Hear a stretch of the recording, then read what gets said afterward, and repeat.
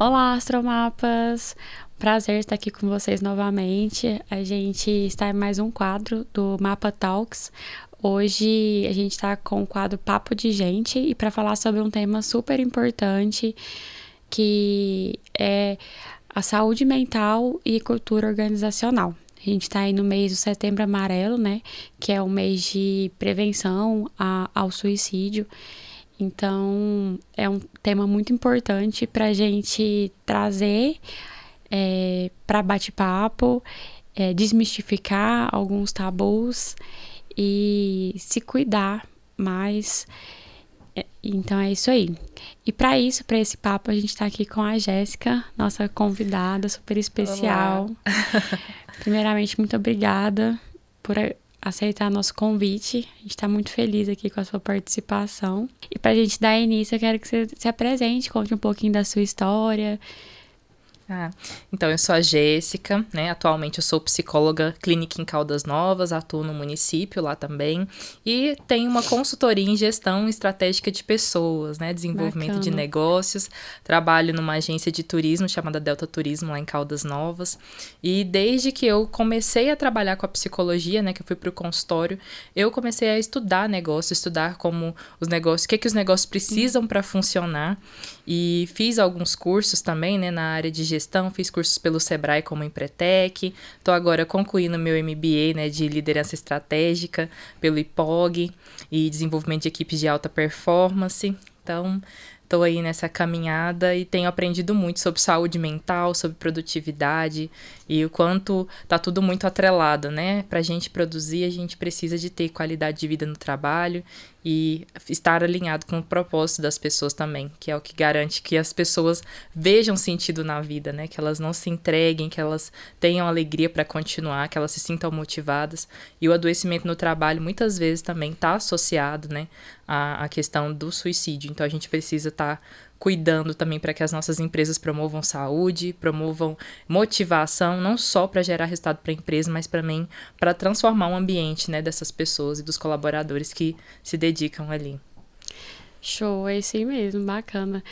E aproveitando assim o tema nosso aqui hoje, gostaria de entender um pouquinho sobre a sua visão em relação a como a saúde mental pode interferir, né, no clima da empresa e na cultura organizacional. E vice-versa também, né? Como que o clima organizacional interfere na saúde mental dos colaboradores. Eu, desde que eu comecei a trabalhar, eu sempre gostei de alinhar processo, sempre gostei de trabalhar, né, com colocar cada colaborador no seu devido, né, na devida função, na função que ele se sinta motivado, que ele se sinta identificado. Que as pessoas certas nos lugares certos. Exatamente. E quando eu fui fazer o MBA, né, que eu tô concluindo, eu me identifiquei muito com o tema da cultura organizacional, porque a cultura ela é a personalidade da empresa, é o jeito que a empresa funciona, é como as coisas acontecem ali. E é na cultura que o colaborador vai entender qual que é o lugar dele, qual que é o papel que ele tem na empresa. E é a cultura que vai demonstrar se o papel que ele está vivenciando tem a ver com os propósitos, com o projeto de vida que ele tem. Então, quando a gente tem uma cultura adoecida, que gera insegurança, que o colaborador não sabe como vai ser o dia dele de amanhã, quando é uma cultura que promove a desvalorização, né, que tem aquela cultura de uma promoção que ela é injusta, que vence, né, que vai mais longe, não quem dá resultado, não quem se dedica, mas quem está ali mais próximo do líder, quem tem mais simpatia, né, quem faz mais o que é pedido e não quem debate, quem propõe ideias, né, que às vezes muitas as pessoas que propõem ideias, que querem inovação, às vezes até com uma adversária, dependendo da cultura organizacional. E isso vai gerando um clima organizacional muito negativo, né, de desconfiança, de insegurança, de competitividade, né, adoecida, onde as pessoas querem mostrar resultados, não porque aquilo faz sentido para elas, mas porque elas querem se mostrar em superior, ou às vezes cria aquela cultura do puxar o tapete, porque vê que é assim que é a única forma de crescer, né? E todo mundo quer crescer, todo mundo gosta do desafio. Um colaborador, para ele se sentir valorizado, ele precisa de ter desafios que ele sinta que está se desenvolvendo para alcançar, e que ele sinta que vai fazer diferença quando ele alcançar, né? Não é só colocar uma meta ali inacessível e bater por bater. Então, a cultura organizacional é o lugar onde esse colaborador dialoga e vivencia o que a empresa tem para oferecer. Então, se ela está adoecida, se ela gera desconfiança, se ela gera desmotivação, desvalorização, esse colaborador vai acabar adoecendo, né? E vai ter um clima organizacional horrível, as pessoas não vão querer permanecer naquele ambiente de trabalho, elas vão querer, né, ir embora, vai ser aquele colaborador que só chega, faz o que ele tem que fazer e vai embora, ele não pensa a respeito, ele não busca se envolver, que é onde tem a queda de engajamento, que é a hora que os líderes começam a se preocupar, né? Porque a queda de engajamento gera um problema no resultado. Mas eu costumo pensar, e eu tenho uma filosofia de que o primeiro objetivo de todo negócio é lucrar.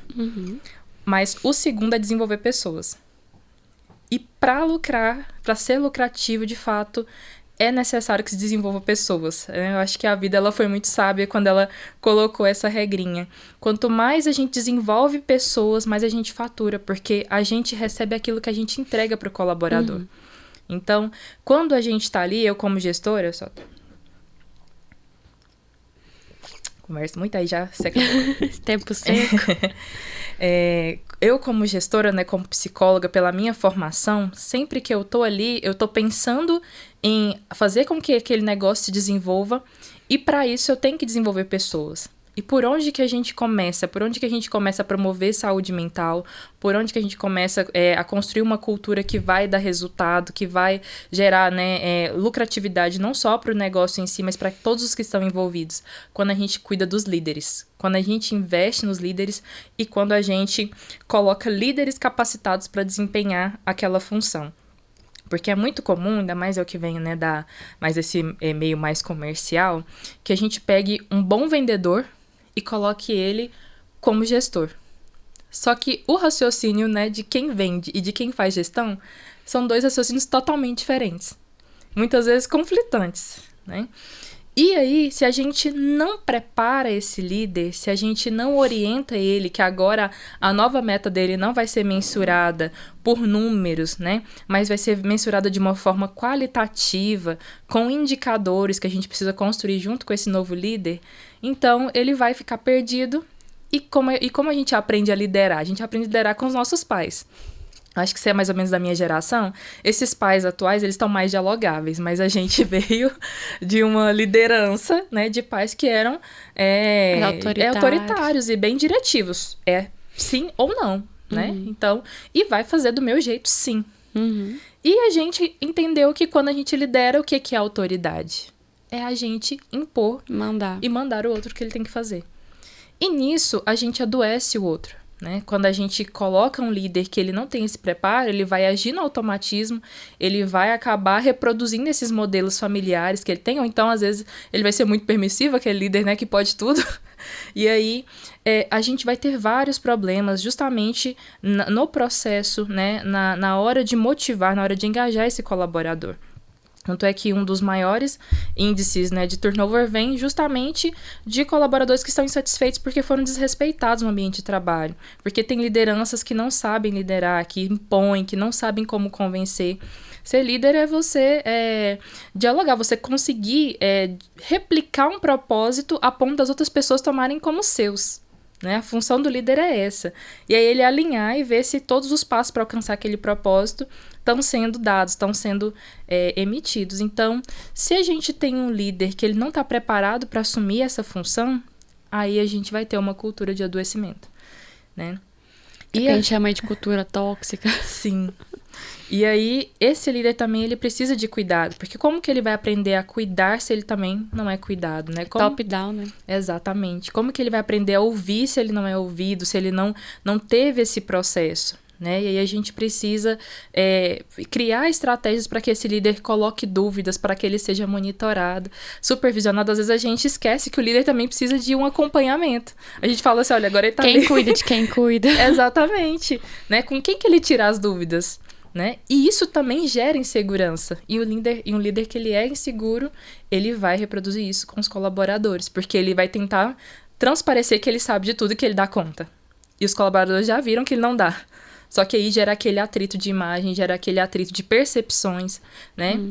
E quando a gente não tem essa capacidade de dialogar, de gerar segurança, a gente vai criando as fantasias, né? Então, às vezes o líder, por ele não estar se sentindo seguro, ele cria uma postura de maior distanciamento, então as pessoas já começam a criar aquela fantasia, tá vendo? É porque ele tá, né?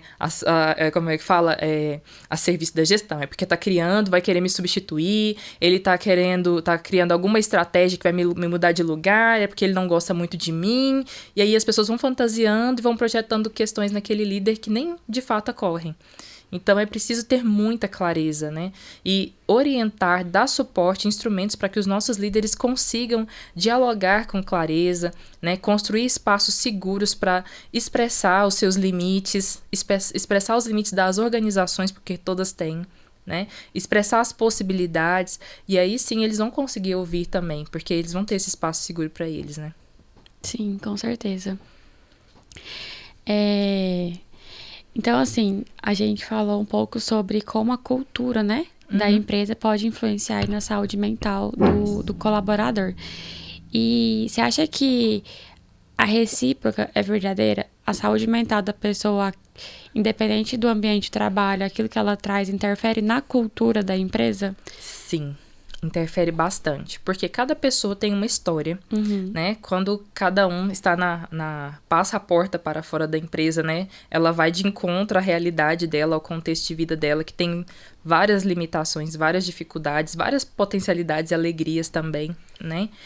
E muitas vezes, hoje em dia, as pessoas muitas vezes trabalham até do ambiente familiar, o que repercute ainda mais, né? Que agora está tendo muito o home office, algo bastante difundido, eu acho que isso é importante, mas que também o colaborador, ele vai estar naquele ambiente, ele não vai ter aquele espaço de separar, mas eu defendo o home office, tá, gente?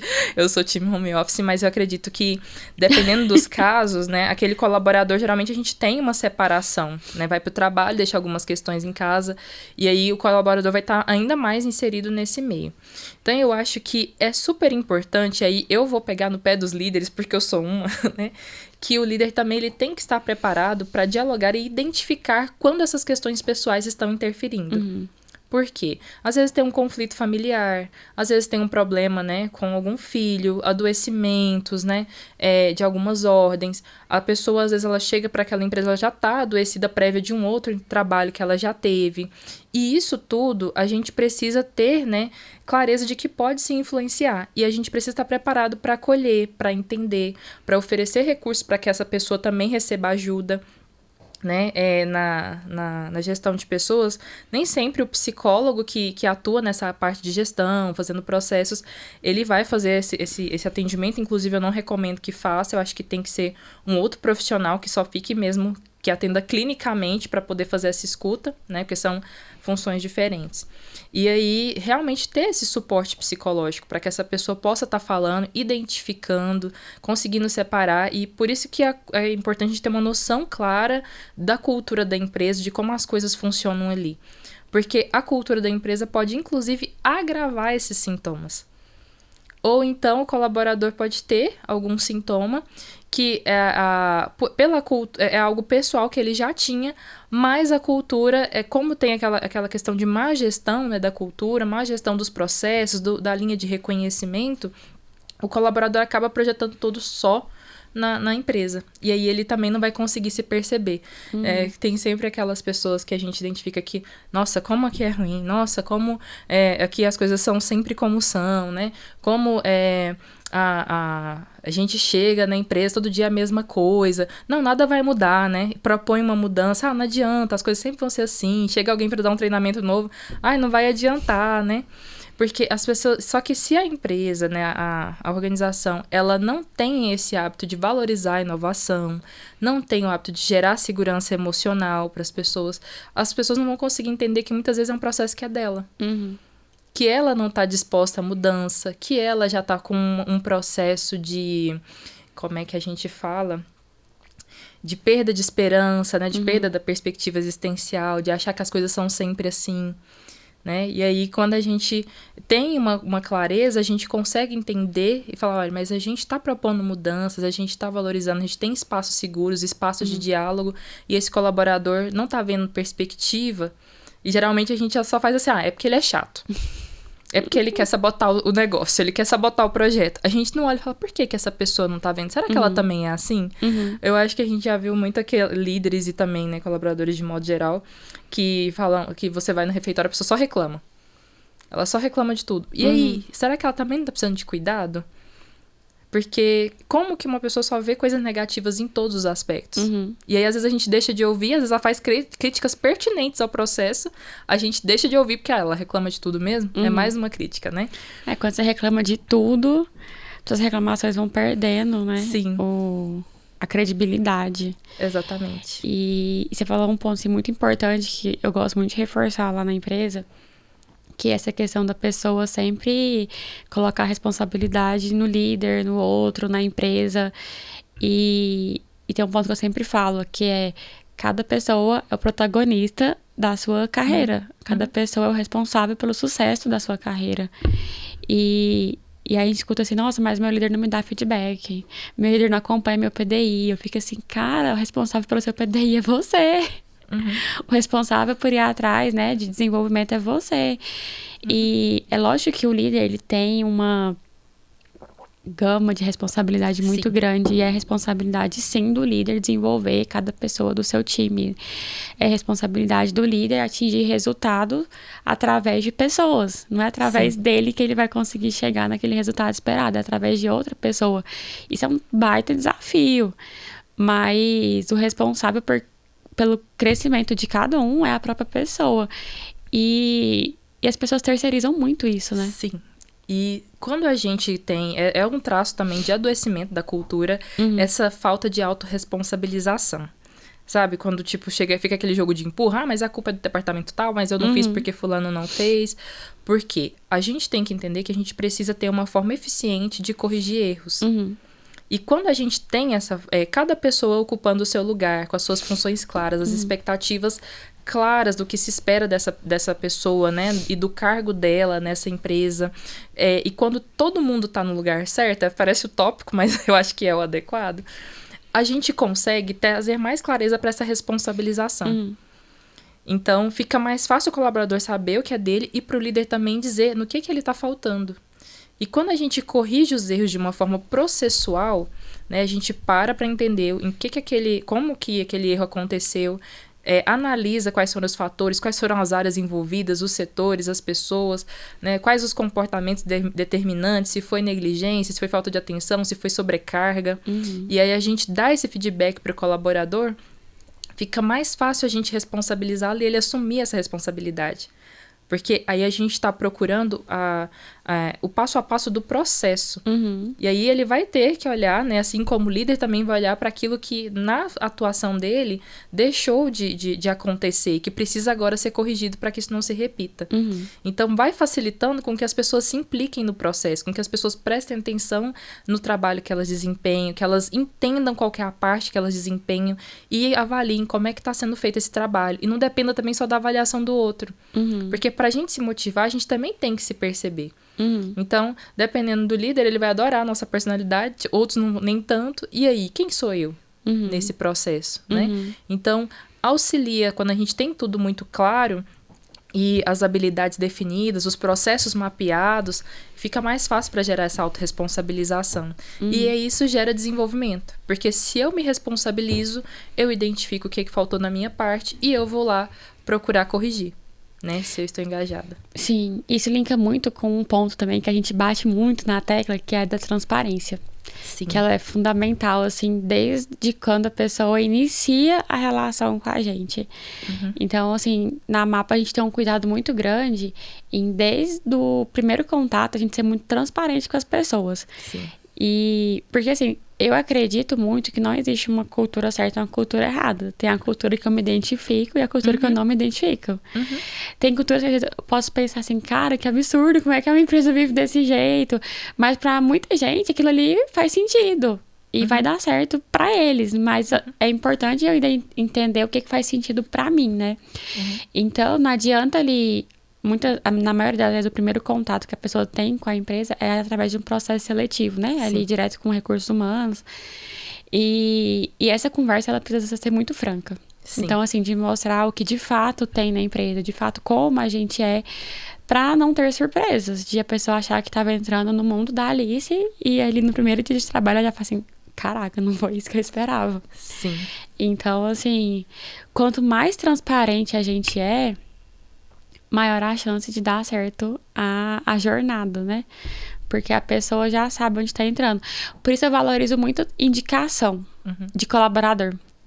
Porque o colaborador, quando ele indica um candidato, ele conhece a empresa, porque ele trabalha lá dentro, e ele conhece esse amigo dele que ele tá indicando.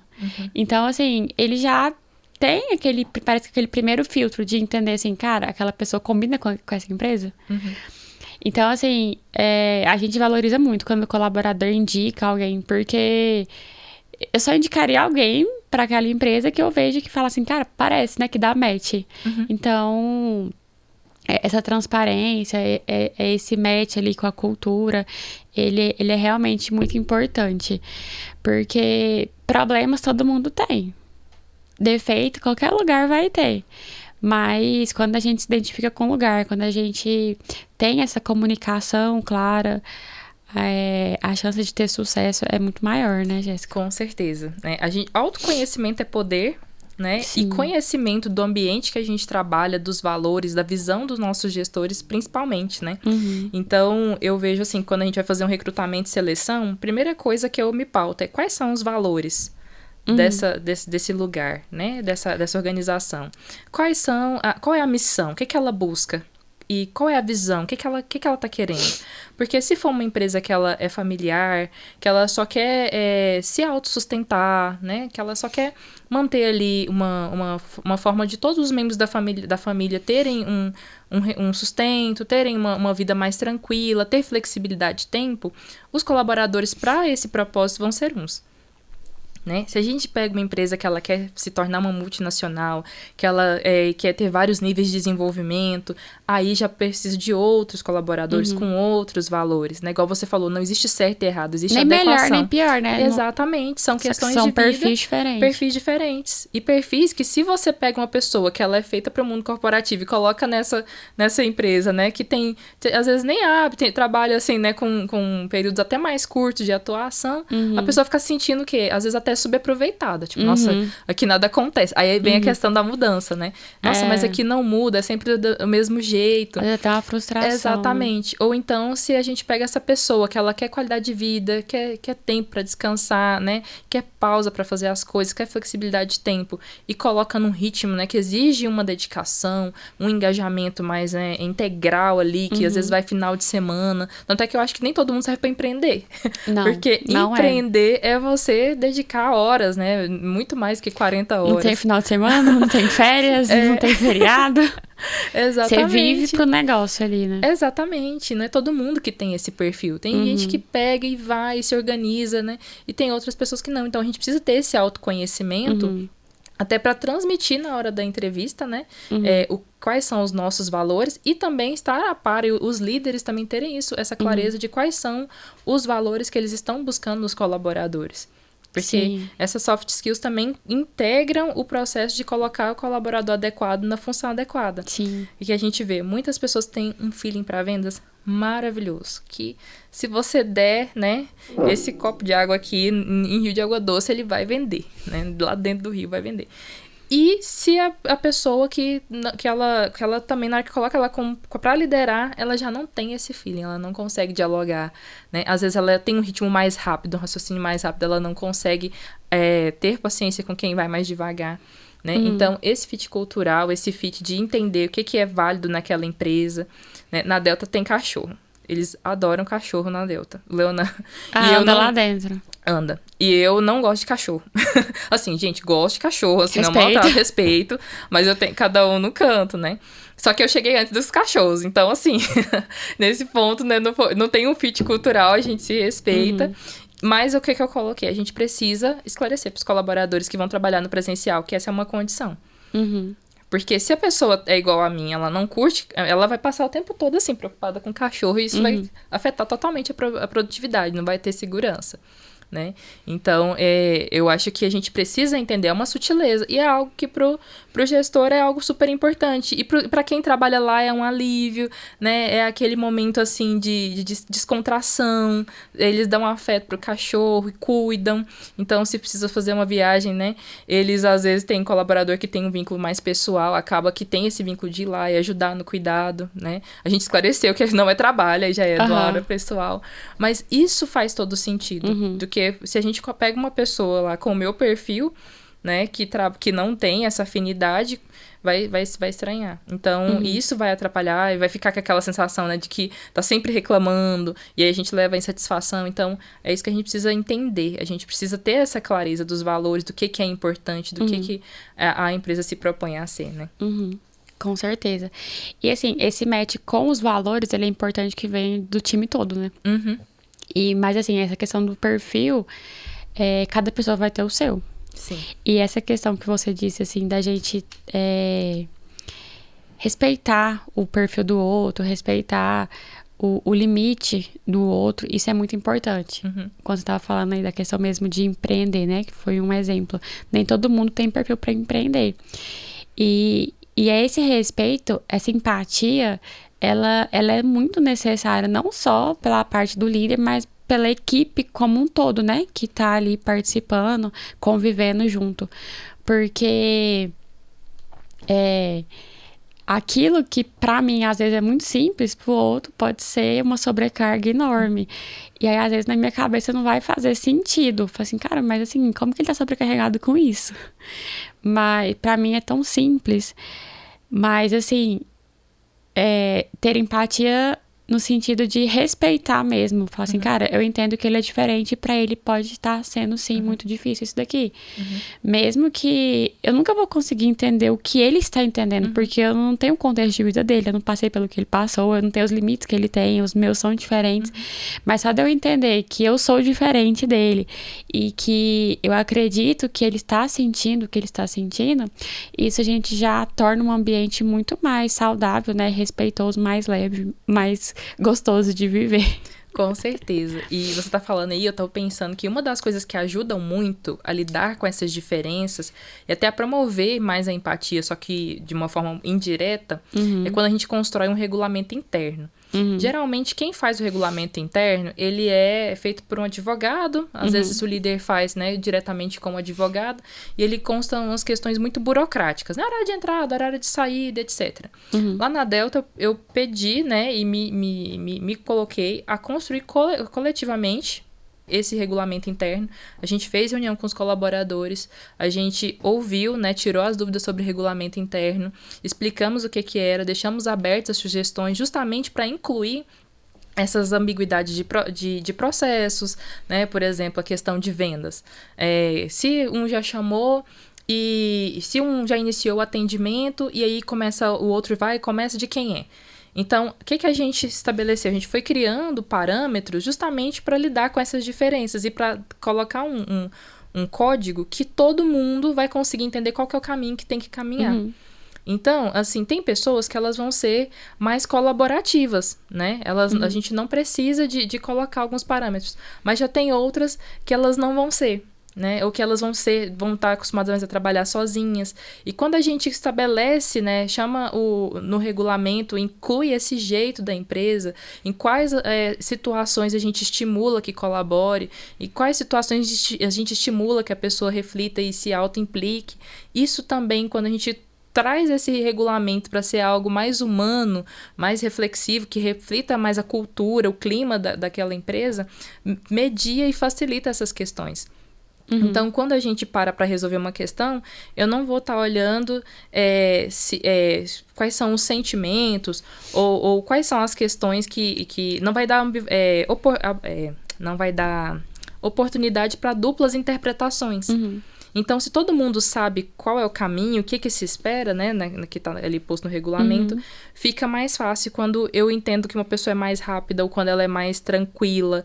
E aí eu consigo dar um feedback. Olha, eu sei que essa é a sua visão de mundo, eu sei que você percebe o mundo né, de uma outra forma, que você prefere trabalhar dessa forma, mas aqui a gente está precisando que seja feito dessa forma. Então, a gente consegue fazer com que as diversas personalidades, as diversas formas de entender, não fiquem criando um caminho muito confuso. Elas vão ter um caminho mais certo para caminhar. Isso tem muito a ver com o que a gente estava falando agora, né? De ter transparência, de ter clareza na comunicação. E parece simples, mas não é fácil. Às vezes falar algo que precisa ser dito pode ser difícil, mas precisa ser dito. Sim. Porque as pessoas, quando elas não têm essa clareza, elas imaginam um mundo de coisas. Então, tudo que a gente deixa subentendido, a gente dá margem, né, para cada um imaginar o que ele quiser. Exatamente. Então, realmente, assim, eu acredito muito nisso que você trouxe, e a transparência, a clareza, ela faz parte da base da cultura organizacional. Jéssica, que você, na sua visão, como que você acha que as empresas podem preparar os líderes para lidar bem com essas questões de saúde mental? Não só deles, mas da equipe também. Primeiramente, cuidando dos próprios líderes. Né? Oferecer o acompanhamento, né, das funções desses líderes, oferecer espaços de diálogo para tirar dúvidas, né, espaços que esses líderes possam conversar entre si sobre as angústias, né, ali em relação ao ambiente de trabalho, em relação à carreira, em relação aos desafios que eles encontram ali, né, no seu dia a dia, junto com os colaboradores, oferecer suporte psicológico, oferecer, né, momento de acolhimento para esses líderes também. Então, eles precisam ser cuidados, ter atividades, treinamentos que estimulem eles a se conhecerem, a entenderem as próprias questões, né? Porque muitas vezes são até as nossas feridas que faz a gente se destacar num determinado ramo, né? A gente, às vezes, algo que a gente viveu, uma experiência que a gente teve, faz com que a gente queira se destacar e encontrar até uma profissão que a gente veja ali uma forma de compensar e de curar isso tudo, né? Então, às vezes esse líder, ele tá ali, ele consegue um grande destaque, mas ele também, às vezes, tem um grande sofrimento. E isso, na relação com o outro, acaba transparecendo. Então, eu acho que é importante a gente cuidar desse líder, dar um espaço seguro para ele. Porque ele estando cuidado, ele estando entendendo os limites. Porque, muitas vezes, um colaborador, ele se dirige a nós, projetando as questões dele, e isso vai mexer nas nossas questões. E aí a gente não vai reagir como a gente reagiria numa situação comum, né? De uma forma mais técnica. A gente vai acabar reagindo de acordo com o nosso sofrimento. E isso também, às vezes, acaba fundamentando muitos abusos, né? Porque, às vezes, um líder também pode mexer e cutucar na ferida de um colaborador sem perceber. Então, quando esse líder ele tem esse espaço para se cuidar, para se perceber, para entender os gatilhos, entender as ações das outras pessoas e como isso afeta ele positivamente e negativamente, ele vai conseguir também reproduzir esses espaços, porque ele vai entender que isso é importante. Então, quando a gente está, né, no ambiente de trabalho, igual você falou, né, dos sinais, a gente percebe aquela pessoa que está mais isolada, que ela está mais hostil, ela tá mais sem paciência, ela tá inquieta, ela tá agoniada, você vê que ela tá ali desconfortável. Se esse líder ele não tá bem consigo mesmo, ele não vai conseguir ouvir. Né? E muitas vezes nem os colegas vão dar conta disso, porque o colega também tem o sofrimento dele. E pra gente cuidar, a gente precisa também estar com uma certa estrutura para poder acolher o outro. Então, se esse líder ele não tem essa percepção de si, ele não sabe como o outro afeta, né, e quais são os pontos em que ele se sente afetado, ele não vai conseguir reproduzir esse ambiente. Então, é importante que ele, né, depois de cuidado, ele também replique, ele também construa espaços de diálogo, traga, né, treinamentos de habilidades emocionais, né, habilidades sociais, que ele traga novas ferramentas para que esses colaboradores também possam, pelo menos, ter um start de entenderem quem são, qual é a sua perspectiva, né, qual é a razão deles estarem ali naquele ambiente de trabalho, pelo que eles se motivam todos os dias. E a gente vive num mundo que muitas vezes a gente tá tão guiado por aquilo que é material, né? A gente é tão visual que a gente esquece qual que é realmente a nossa essência, o que faz com que a gente tenha escolhido estar naquele lugar, estar naquela profissão, desenvolvendo aquela função. Sim. Você trazendo essa reflexão, eu tava lembrando aqui de um paralelo que é pra gente ajudar o outro, a gente precisa estar bem, né? Então, por exemplo, uma forma muito simples, assim, de entender é imaginar, por exemplo, um navio afundando. Para você salvar o outro, você tem que ter primeiro se salvado, senão você não consegue salvar o outro, né? Sim. Então, assim, um líder que ele não tá bem, ele não vai conseguir ajudar a outra pessoa, ele precisa cuidar dele primeiro, né? Sim.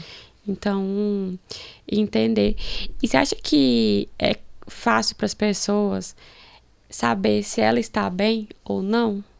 Ou, na maioria das vezes, você vê que as pessoas demoram a entender isso daí, a perceber, a procurar ajuda?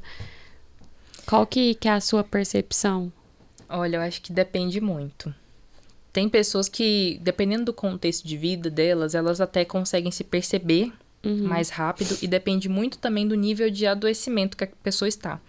Tem níveis de adoecimento que, mesmo que se você chegar e falar, olha, você não tá bem, você precisa de ajuda, olha esse comportamento, ela vai falar, não, eu tô super bem, é porque o mundo, a fulana, a ciclana, que é assim, né? E vai depender muito do perfil, né, de como que essa pessoa se posiciona no mundo. Já tem pessoas que são mais sensíveis, que sempre vão dar notícia de como elas estão se sentindo, né, de como elas foram afetadas pelo ambiente que elas estão. Então, eu acho que isso varia bastante, assim, de pessoa para pessoa. Né? O que a gente pode fazer, enquanto a nossa função de desenvolver pessoas, é dar recursos para que essas pessoas percebam mais rápido. Né? Fazer palestras sobre autoconhecimento, sobre ansiedade, depressão. Como eu trabalho na prefeitura, às vezes eu trabalho também com alguma, mas aí já é no âmbito de promoção da saúde, com algumas empresas, que eu vou lá justamente explicar, olha, quais são os sintomas de depressão, né? Os sinais de um processo depressivo, quais são os sinais de uma crise de ansiedade, né? Como que a ansiedade começa? E aí, explicando, as pessoas começam a se perceber, né, com antecedência e a tratar, né? Porque às vezes a gente pensa, não, isso é normal. Tem pessoas que a gente conversa e fala, não, eu sempre fui assim. Eu sempre fui ansioso, sempre fui triste, né? Sempre fui depressivo. E aí a gente começa a entender que as pessoas já estão sofrendo há muito tempo e muitas vezes não cuidam porque tomam como normal, às vezes dentro do contexto familiar também, né? Às vezes quando elas não têm uma rotina que se permita olhar, é muito trabalho, né? Vai envolvendo um projeto após o outro e elas mesmas se percebem. Então, a nossa função é fazer essa pausa e falar como é que vocês estão, né? Você falando sobre depressão, quero fazer uma pergunta para você. Na sua visão, a depressão é o principal motivo de suicídio ou não? Não. Eu acredito que é um dos maiores, mas eu acredito que são múltiplos. Muito. Até porque quando a gente se fala de depressão, a gente tem que olhar para o que gera, né, a depressão. São vários... A gente tem que ver se a pessoa passou... Porque cada caso é único, né? A gente sintetizou a depressão aí num código de sinais e sintomas, mas a gente tem que entender que para cada pessoa o que é depressão e o que levou ela até ali é único, né? Então a gente pode ver que podem ser sucessivos abusos, né? Pode ser processos sucessivos de violência, processos sucessivos de rejeição, né? Igual a gente vê casos e casos, né? A homofobia é um dos principais casos, na minha opinião, né? Que leva a essa questão do suicídio, porque as pessoas, elas entendem que não vão ser aceitas no seu meio familiar, entendem que não tem um lugar para elas na sociedade, né? Não tem um lugar para a orientação que elas se identificam, e aí elas se veem se questionando o tempo todo, né? De qual o sentido, de por que elas estão aqui. Então, a gente vê que esse é um dos processos, né? O racismo também é uma das razões, abusos, né, de vários gêneros, violências repetitivas, violência verbal, né, aquela rotina de ser diminuída todos os dias, relacionamentos abusivos, né? Isso, inclusive, não só conjugais, mas também relacionamentos, né, familiares abusivos. Então, a gente precisa entender o que está gerando, né? Problemas financeiros. A gente vem de uma cultura, né, que é uma economia que tem bastante limitações financeiras e a gente vê que é difícil ao acesso, né, com qualidade, é muito limitado ao que você pode pagar por. Então, se você não tem condição de pagar, você não vai ter acesso à cultura, a lazer, à saúde. Básico, né? Ao básico. E isso também gera depressão. Então, a gente precisa... E gera ansiedade, né? Gera vários outros adoecimentos. Gera criminalidade. Então, a gente precisa entender o que está fundamentando isso e trabalhar como um todo, né? por exemplo, até a rotina de trabalho, o processo de trabalho também pode ser um determinante. Então, a gente precisa entender como um todo e tentar resolver de forma sistêmica, que também é muito desafiador, né? A gente tenta, e eu acho que uma das nossas falhas é nisso, a gente está tentando resolver problemas complexos com soluções simples, né? Para resolver tudo isso, para cuidar da saúde mental, é preciso uma transformação de cultura nacional, né? De cultura mundial aí. A gente rever a forma como a gente produz, a forma como a gente compra, rever o que a gente prioriza enquanto sociedade também. Então, assim, é algo muito amplo quando a gente pensa o transtorno depressivo. Sim, com certeza. Mas quando a gente faz uma reflexão nesse âmbito que você trouxe, a gente se sente até pequeno, né, diante de tudo isso. Mas eu acredito muito que cada um pode fazer a sua parte, né? Sim. E então, trazendo assim, cada um pro seu mundinho, pra sua bolha, como que a gente pode identificar sinais de uma pessoa que pode vir a suicidar? Tem como fazer isso? Tem como as pessoas que estão em volta ajudar ou não? Então, vai depender do caso, mas geralmente as pessoas, elas falam, né? Elas vão começando a ter uma mudança de comportamento, elas vão ficando mais isoladas, né? Vão ficando mais sem motivação, vão tendo aqueles prejuízos da atividade de vida diária, né? Por exemplo, os banhos, o escovar de dentes, as refeições vão sendo cada vez mais espaçados, vão sendo deixados, né, para depois, vão sendo negligenciados. Aí você chama a pessoa para sair, ela já nunca vai, ela nunca quer ir, ela quer estar sempre sozinha no mundinho dela. Tem a fragilidade emocional, muitas pessoas, né, ficam mais chorosas ali, outras nem tanto. Então a gente precisa entender como é que tá essa mudança de comportamento, né? Algumas pessoas às vezes dão sinais, às vezes elas falam, o mundo seria melhor se eu não estivesse aqui, a vida de fulano seria tão mais fácil se eu não estivesse aqui, né? Eu não sou importante para ninguém, eu não faço diferença para ninguém. E você sente que tem um sentimento ali, que tem uma percepção clara do que ela tá se sentindo, né? Sem valor, sem lugar no mundo. Então, a pessoa, ela geralmente, ela dá sinal. Às vezes ela fala, né, que vai se matar. Às vezes ela tem alguma tentativa prévia. É muito frequente tentativas, né? E principalmente por meios comuns mesmo, né? Uso de medicação. Às vezes a pessoa tomei, né? Sem querer, olha o tanto de medicação. Tem uma intoxicação por medicação. Então, a gente tem que estar super atento a isso, né? A essas nuances que são muitas vezes sutis, né? Então, por isso que a gente tem que dialogar mais, a gente tem que estar mais presente, né? Conviver para conseguir identificar esses sinais a tempo. E identificando esses sinais, o que pode ser feito? Então, a gente vai primeiro acolher essa pessoa sem julgar, né? Sem colocar um cunho religioso, porque muitas vezes a gente fala que é falta de Deus. Isso, né? É comum. Né? Você tá muito longe de Deus, você é tão linda, né? A vida é bela. Eu acho legal aquela analogia, né? Fala, então, para uma pessoa que tem asma, respira, tem tanto oxigênio aí, né? É exatamente isso. Se a gente tem fé, a gente usa a nossa fé para ajudar aquela pessoa. Então, a gente vai lá, faz os nossos rituais, os nossos pedidos para que aquela pessoa seja ajudada. Mas a gente não pode impor sobre ela a nossa fé. Né? Então, acolher sem julgamento, sem essas projeções, dar um espaço para que a pessoa diga como ela está se sentindo, as motivações, e aí orientar que ela busque uma ajuda profissional, porque a gente também não pode pegar isso para nós. Né? Nem os líderes, por mais capacitados que sejam, né? Tem vários cursos de formação, às vezes até nesse sentido, mas é preciso que eles recomendem a um profissional. E como que essa pessoa vai buscar ajuda, né? Na atenção básica, nos postinhos de saúde, ela vai procurar atenção básica, vai fazer, né? Solicitar uma consulta médica. Se a pessoa não tiver em condição de pedir essa ajuda, às vezes foi um amigo, um familiar, que não está em condição de ir até a unidade de saúde, pedir ajuda, solicitar a visita, né, da equipe de saúde, dos postinhos que acompanham. E aí vai mandar ou um agente comunitário de saúde ou um enfermeiro, ele vai se designar, fazer essa visita, fazer um acompanhamento, e a partir daí ele vai acionar os outros membros da rede. Quando já tem um processo depressivo agravado, né, que já tem um grave prejuízo da rotina ali, da perspectiva de vida mesmo, e aí já tem às vezes até tentativas, né, de suicídio, aí já vai ser o CAPS que vai ser procurado. Então, as pessoas vão procurar, né, o CAPS, que é a unidade que cuida dos transtornos graves a severos, e é porta aberta, então ele pode estar procurando, informando, né, o que está acontecendo e receber ajuda. E a partir dessas portas de entrada, as pessoas vão ser direcionadas para os serviços especializados, né, seja para uma EMULT, que é a equipe que eu componho hoje, seja para um NASF, dependendo da região que tem, ou para um centro médico especializado para atendimento individual. Então, dali o próprio SUS vai redirecionando. Em casos que a pessoa está com a crise de ansiedade, ela já está, teve alguma tentativa, algo contra si, ela vai pegar e vai se dirigir às UPAs, né, as unidades de pronto atendimento ou urgências dos hospitais.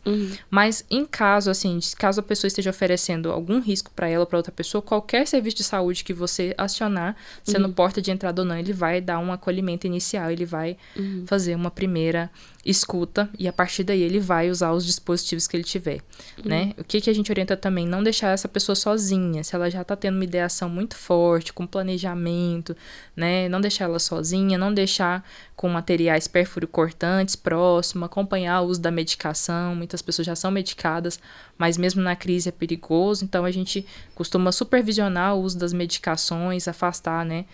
Guardar objetos perfuro-cortantes e estar sempre ali acompanhando e dando esse suporte. Bacana. Eu quero aproveitar o gancho para falar um pouquinho sobre as formas que a empresa, a MAPA, apoia os colaboradores nesse sentido de saúde mental. Você acabou de citar aqui algumas situações, né, de quando a pessoa já está em casos assim, mais extremos, né?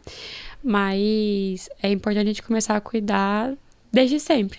Todo mundo é importante, né? Ter esse olhar com cuidado para a saúde mental. A gente sabe que terapia é fundamental para autoconhecimento, para mudança de comportamento, enfim, para muitos motivos, mas não é algo que é tão acessível para todo mundo. É um serviço que ele ainda é caro para boa parte da população. Sim. Então, a gente aqui na MAPA fez essa parceria com a Rede Psicologia, que é uma forma que ajuda muito, né, os colaboradores a terem esse acesso. Os atendimentos, eles têm em torno aí de R$80 a mensalidade, a sessão. Então, isso já torna mais acessível, sim, as terapias. E também a gente, em parceria com a Unimed, que é o plano de saúde que a gente tem, né, pro nosso time, tem os atendimentos gratuitos também. Que legal. O atendimento presencial, ele precisa de um encaminhamento. Então, assim, precisa de que um médico dê um diagnóstico para que a pessoa tenha esse encaminhamento para ter a terapia no formato presencial. Mas o formato online, ele é gratuito e é aberto para todo mundo que tem o plano de saúde da MAPA. Então, assim, eu quero começar a terapia hoje. Eu entro em contato com a Unimed, com o serviço, e solicito o atendimento online. Eu não preciso justificar para ninguém o porquê que eu estou querendo fazer terapia. Qualquer pessoa que está dentro do plano da MAPA consegue ter esse acesso, e aí pode fazer quantas terapias for preciso. Que legal. De forma gratuita. Então, assim, isso é bacana. Eu quis reforçar aqui porque às vezes nem todo mundo sabe, né? Às vezes entrou agora ou já até esqueceu. Então, assim, esse cuidado com a saúde mental, ele é muito importante. E, assim, quando a gente fala de adulto, a pessoa, ela tem que, ela mesma ir buscar, né? Esse cuidado. Porque pessoas que estão em sã consciência, nas suas plenas condições mentais, ele não vai ser obrigado por outra pessoa a ter esse cuidado. Então, tem que ser a iniciativa da própria pessoa. Então, quis deixar aí esse recadinho pros astromapas que estão acompanhando a gente. Quem tiver interesse, procura aí os terapeutas ou da Unimed ou da Rede Psicologia. Tem a Rede Psicologia de uma forma mais acessível, né? Por um valor bem mais abaixo do que o mercado cobra, geralmente. E tem a Unimed aí, que é possível fazer de forma gratuita. Bacana. Eu já fiz terapia online, pra mim super funcionou. Não é todo mundo que funciona, né? No online, mas em situações onde às vezes a gente não tá no momento que tá podendo investir nesse cuidado, tem essa opção aí de forma gratuita. Nossa, isso é muito bacana. E até nos feedbacks eu acho que isso pode ser orientado. Por isso que é importante. Quando a gente constrói uma cultura de cuidado, né? Que o líder tem esse vínculo com o colaborador, às vezes a própria pessoa não vai ter essa iniciativa, mas ela pensa, nossa, fulano já tem esse cuidado, né? Ele se preocupa. Então, se ele tá me indicando é porque é importante. Eu vou pelo menos tentar. Muitas vezes as pessoas vão assim, porque fulano me falou pra eu vir, né? Fulano falou que eu preciso. Tá, mas aí qual que é a queixa do fulano, né? Então, você se identifica? Você acha que faz sentido? Então, é importante isso, que ter essas ferramentas, né? Ter esses recursos pro colaborador acessar pra se cuidar, né? E ele se sentir de fato cuidado na rotina, no dia a dia, até porque se ele acha que não é necessário, às vezes num toque, no feedback que ele recebe, ele fala, acho que isso pode ajudar. E buscar saúde mental não só no adoecimento, né? Autoconhecimento já previne muito adoecimento. Então, né, às vezes na hora de lidar com os conflitos de trabalho, né, de lidar com as dificuldades de relacionamento, igual a gente estava falando, né? A questão de pessoas diferentes convivendo no mesmo ambiente, né? Isso também as pessoas podem tratar e previnem adoecimento, previnem com que as situações de conflito se intensifiquem, se agravem, se permaneçam, né? Então, eu acho que também é preciso que a gente veja como um recurso de prevenção. E a gente tem direito a ter prevenção e promoção da saúde. A gente não precisa só remediar, né? Isso. E aí até lembrei que eu estava falando do regulamento interno, justamente isso, porque quando a gente lida com várias pessoas de lugares, identidades diferentes, é preciso que todo mundo seja alinhado no mesmo propósito, né? E aí facilita o diálogo quando a gente tem um instrumento que centraliza as informações, tudo que todo mundo precisa saber para colocar suas habilidades ali para poder concluir, para poder realizar. Eu me dei uma fugida, mas enfim, era mais ou menos nesse sentido, né? Então, quando a gente lida com várias pessoas, a gente vai ter as dificuldades, a gente vai ter que sentar para ouvir. E aí é importante que a gente entenda que autoconhecimento, né, melhorar a nossa forma de nos relacionar, entender como a gente se relaciona, também previne e promove, né, a saúde. Previne o adoecimento e promove a saúde. Sim. E aqui na Mapa, assim, a empresa preocupa muito com essa questão do clima, da saúde mental, do colaborador.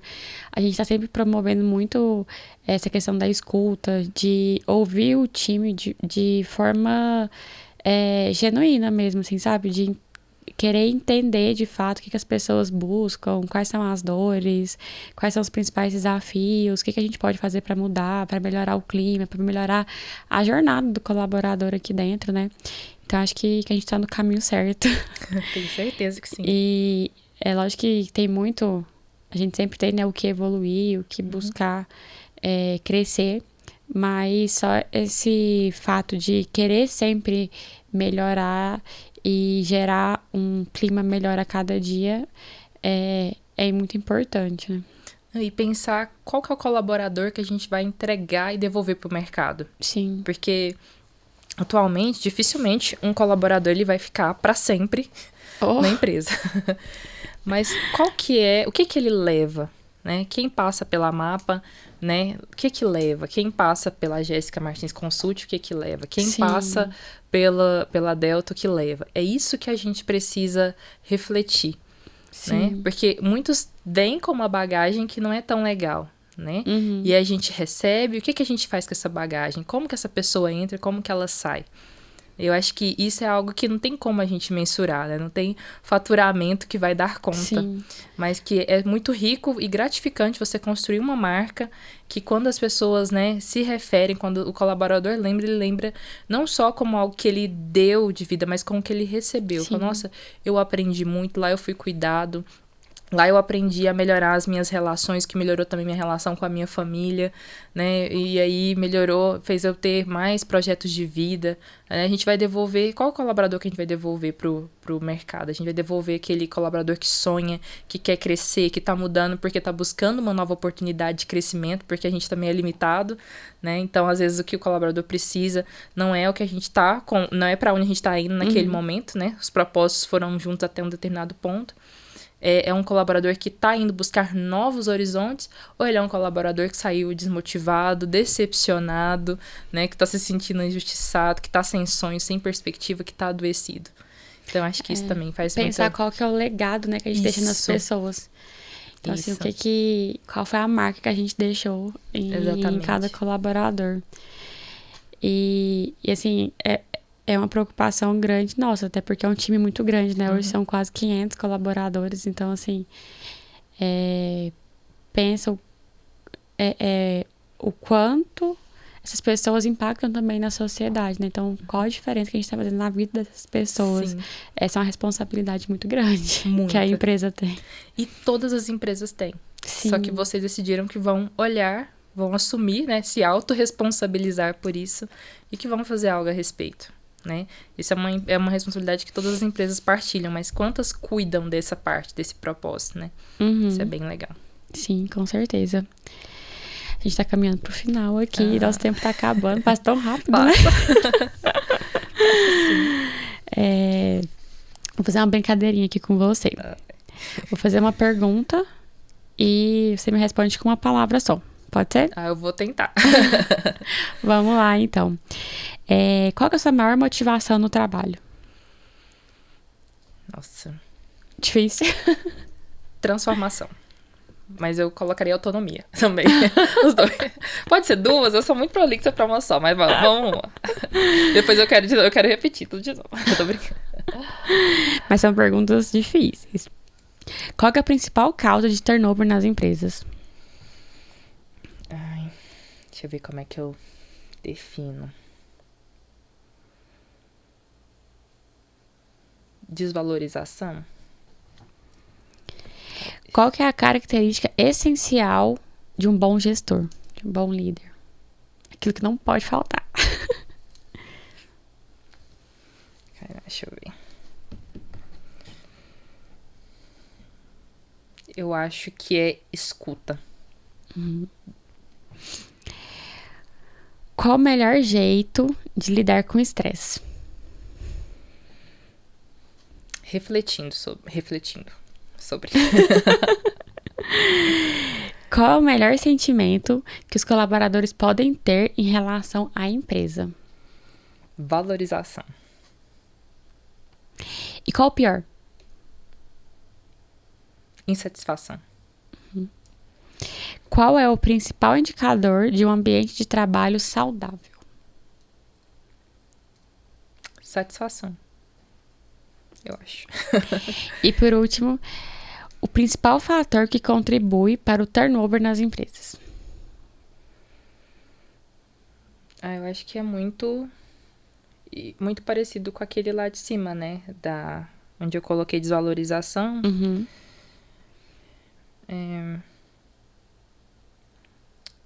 Como é que é quando a gente... Estagnação. Quando o profissional sente que não tá crescendo ali, que não tá ganhando nada. Inclusive, sobre esses pontos da escuta e quando eu falo que o mais importante para o líder é a escuta não só de ouvir. De ouvir, né? É a escuta de saber captar. Ele ouve e ele consegue fazer todo um processamento para entender aquilo que, né, o colaborador precisa, do que a empresa está gerando, né? Quando ele consegue fazer esse processamento, pensar de uma forma sistêmica, eu acho que é fundamental. E nessa questão da insatisfação, eu me perdi também, não assim, mas enfim, pulei. Depois eu vou lembrar. Mas era mais ou menos isso que eu queria dizer, né? A questão de como... do turnover, né? As pessoas que elas estão se sentindo desvalorizadas, desrespeitadas, elas não vão se vincular. E às vezes até por um salário, às vezes as empresas falam, não vou investir em treinamento, porque paga R$50 a mais, ele muda de empresa, né? Mas não é R$50, é que pra passar, né? Ficar em um ambiente de trabalho tóxico e ele ter a oportunidade de sair dali ainda ganhando R$50 a mais, ele vai achar que tá no lucro, né? Então, o que retém o colaborador é a cultura, é a forma como ele é cuidado, como ele é valorizado, né? Como a carreira dele é vista e é cuidada e valorizada também na empresa que ele atua. Acho que é isso. Bacana. Jéssica, a gente tá caminhando mesmo pro final. Poderia passar horas aqui, né? Você tem tanto a contribuir com a gente. Gostei muito da nossa conversa.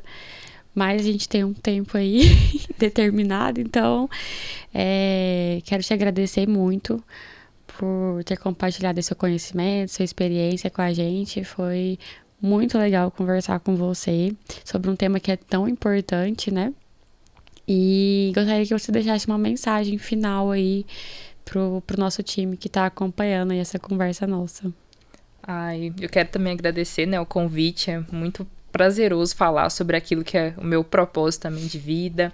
É muito rico. Eu refletindo, né, pra gente construir essa conversa, eu me penso também, eu me encontro muito, né, nesse processo de gestão, de liderança e de compartilhamento. Então é muito, muito rico e valoroso para mim também estar aqui. Acho que o que eu quero deixar é isso, é para a gente repensar, né? Quais são os colaboradores que nós estamos sendo, quais nós estamos formando, né? O que a gente está entregando para o mundo, para o ambiente, para a sociedade, né? Enquanto pessoas. Porque o maior ativo de um negócio é as pessoas. Ele é feito de pessoas para pessoas. Sim. Então, se a gente conseguir, né, desenvolver, entregar um colaborador mais preparado, um colaborador, né, com propósitos, com projetos, eu tenho certeza que isso vai reverberar e vai atrair outros colaboradores também, né, que tenham propósito, que se alinhem com a nossa cultura, com os nossos objetivos. Isso vai gerar crescimento. Então, acho que é isso. E agradecer. Perfeito. Obrigada a você também que acompanhou aí a gente até o final. Quem estiver nos acompanhando aí pelo YouTube, comece a nos seguir, aperte aí para ativar as notificações e nos acompanhe também em todas as nossas redes sociais. Obrigada e até breve.